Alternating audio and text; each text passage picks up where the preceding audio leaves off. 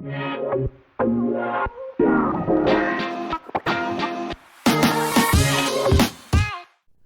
first of all, welcome to my very first podcast. My name is Tanya, and I've recently started a channel called Audio Attic, where I take books from the public domain, so those books that are over 100 years old and belong to the public, and I'm using AI voices to turn them into audiobooks on YouTube. And so anyway, I've been going through some of my old favorites like Mark Twain and Edgar Allan Poe and freshening up on some of their works. And then I decided I was going to try podcasting. Okay, just on a total side note, I'm like, you know what? Audiobooks are pretty good for podcasting. I think I'll give that a shot. So I decided to do Edgar Allan Poe because he actually has some short stories, so they're pretty quick to produce. That's actually why I chose him. And I know if you're like a really diehard Edgar Allan Poe fan, you want some better reason than that, but that was it. Now, well, one of the reasons I first chose him, though, was because he is popular. And I really liked him growing up. And my sister actually really, really liked him. She thought he was, such a cool author, and she was a big fan of his work. And I think she still might be. I don't know. We haven't talked about that in a long time.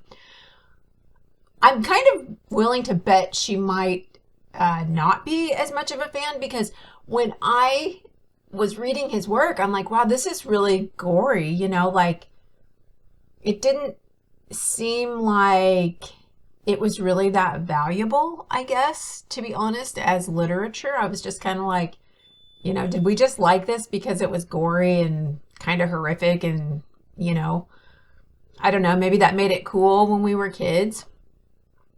And so I listened to it, and I'm like, it is poetic. It does have some kind of meaning, but okay, I'll be honest, in my own opinion, I don't think it's that great of writing. I don't. And actually, I'm kind of feeling that same way about Mark Twain. Honestly, I feel like the ideas could be better organized and more clear. Like I kind of have trouble following like what's happening, but okay, I'm sorry. For someone who's made a channel about audiobooks, I know you think I should just say all good things about them, but hey, I got my opinions, okay? It's okay. It's all right to have opinions. This is America. So anyway, I looked into Edgar Allan Poe's life history. I'm like, you know what? For the podcast, I'll just tell something about him. And, lots of people would be curious about him.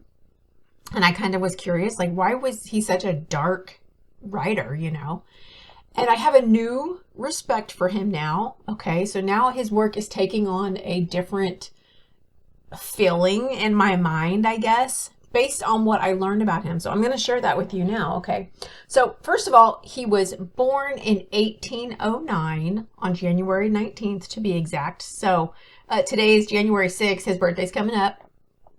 And he was born in Boston, Massachusetts. So I didn't know he was an American. I just forgot that. That was like 30 years ago I learned about that. So I thought that was pretty cool.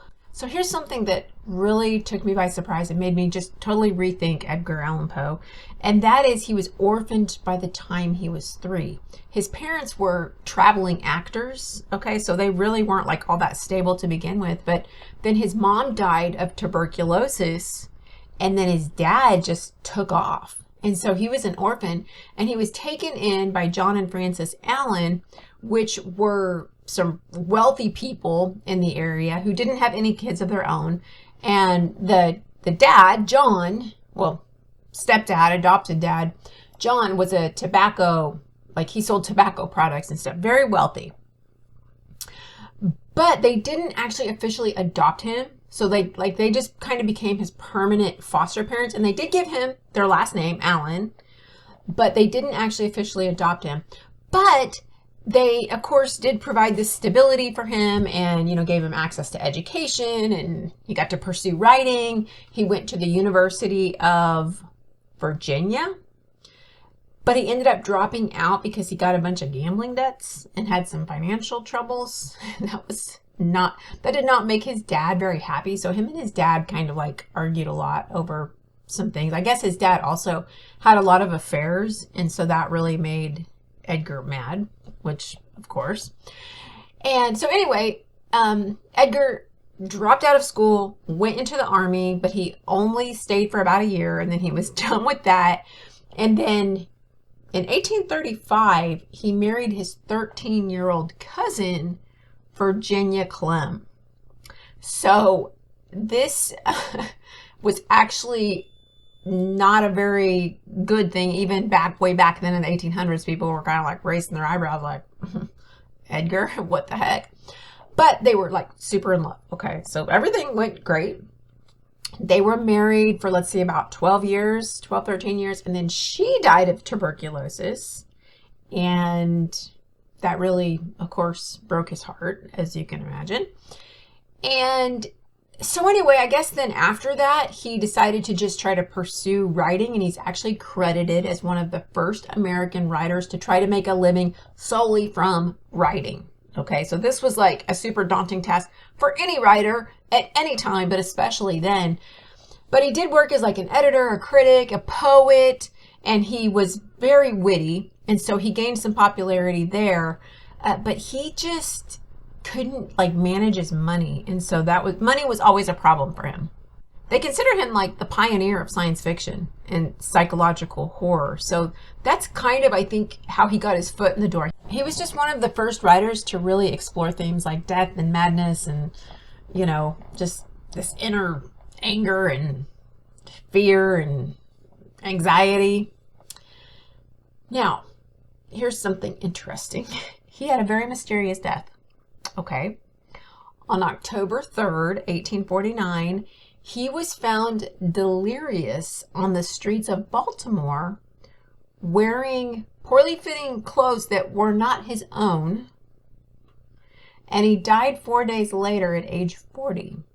So it was speculated that he died from rabies or maybe from alcohol poisoning. Like, no one really knew. And evidently he wasn't able to say what the heck was going on. I find it odd he was not wearing his own clothes. That's very strange. So he's really considered a master of Gothic horror. So this is kind of interesting. One of his rivals, like a writer he was in competition with who did not like him, his name was Rufus Griswold.